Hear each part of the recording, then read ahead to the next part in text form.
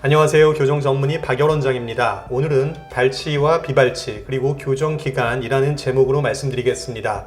여러분, 교정할 때 발치 교정을 하는 경우도 있고 비발치 교정하는 경우도 있다는 말씀 들어보셨죠? 발치 교정하는 경우와 비발치로 교정하는 경우는 교정기간이 차이가 납니다. 오늘은 그 얘기를 해보겠습니다. 먼저 어떤 경우에는 비발치로 교정을 하고 어떤 경우에는 발치로 교정하는지 한번 살펴보겠습니다. 자, 사진을 보실게요.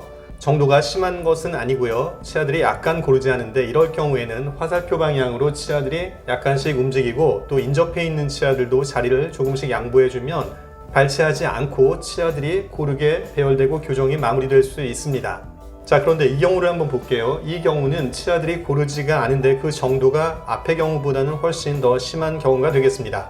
자, 이럴 때는 발치하지 않고 교정을 할 수 있을까요? 자, 이 정도의 경우는 비발치로 교정하기는 어렵습니다. 왜냐하면 치아를 배열할 수 있는 여분의 공간이 없고요. 옆에 치아들이 양보를 해서 배열을 한다고 해도 치아가 고르게는 될 수 있겠지만 치아들이 화살표 방향으로 앞으로 나가서 돌출입이 되고 말 것입니다. 따라서 이런 정도로 배열이 어느 정도 심한 경우는 반드시 발치를 하고 교정을 해줘야 하겠습니다.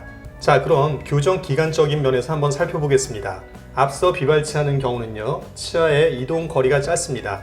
인접 치아들이 조금만 이동을 해주면 치아가 고르게 될 수 있으니까 교정기간이 그렇게 오래 걸릴 이유가 없겠죠. 하지만 교정기간이 한두 달에 끝나지는 않고요. 수개월에서 1년 정도는 교정을 해줘야지 가지런하게 교정이 되겠습니다. 자, 그럼 발치한 경우를 한번 보겠습니다. 자리가 모자라서 작은 어금니를 발치하고 송곳니와 앞니들이 배열하는데요. 화살표한 방향으로 송곳니가 이동하는데 저 이동거리가 상당히 깁니다. 따라서 비발치하는 경우와는 달리 이동 거리가 길기 때문에 당연히 교정 기간은 오래 걸리게 되겠습니다. 이해가 되시나요? 자, 그런데 또 발치 교정에서 교정 기간을 길게 만드는 요소들이 몇 가지 있는데요. 발치 교정을 하는 경우는 저 발치한 공간으로 치아가 이동하는 동안 위아래 어금니의 물림이 떴다 물렸다를 반복하는 현상이 일어납니다. 그런데 이러한 물림이 정도 이상으로 뜨지 않으면서 잘 관리되어야 끝날 때 위아래 물림이 좋은 상태 그리고 안정적인 상태로 마무리가 될 수 있겠습니다. 이러한 것들이 발치 교정에서 교정 기간을 길어지게 하는 요소가 되겠고요. 또 한 가지는 발치 교정에서 발치한 부분의 철사가 음식물을 씹거나 할 때 변형될 수 있습니다. 이러한 현상도 교정 기간을 길어지게 할 수 있기 때문에 치료하는 의사가 잘 관리 유지를 해야 하겠습니다. 이와 같이 발치 교정에서는 비발치 교정에서는 신경 쓰지 않아도 될 부분들을 신경 쓰고 관리해야 될 부분들이 많이 있습니다.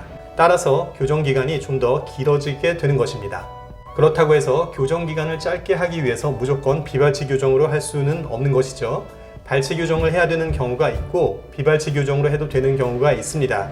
네, 오늘 영상도 도움이 되셨길 바라고요. 도움 되셨다면 구독과 좋아요도 부탁드리겠습니다. 그럼 저는 다음 영상에서 다시 뵙겠습니다. 감사합니다.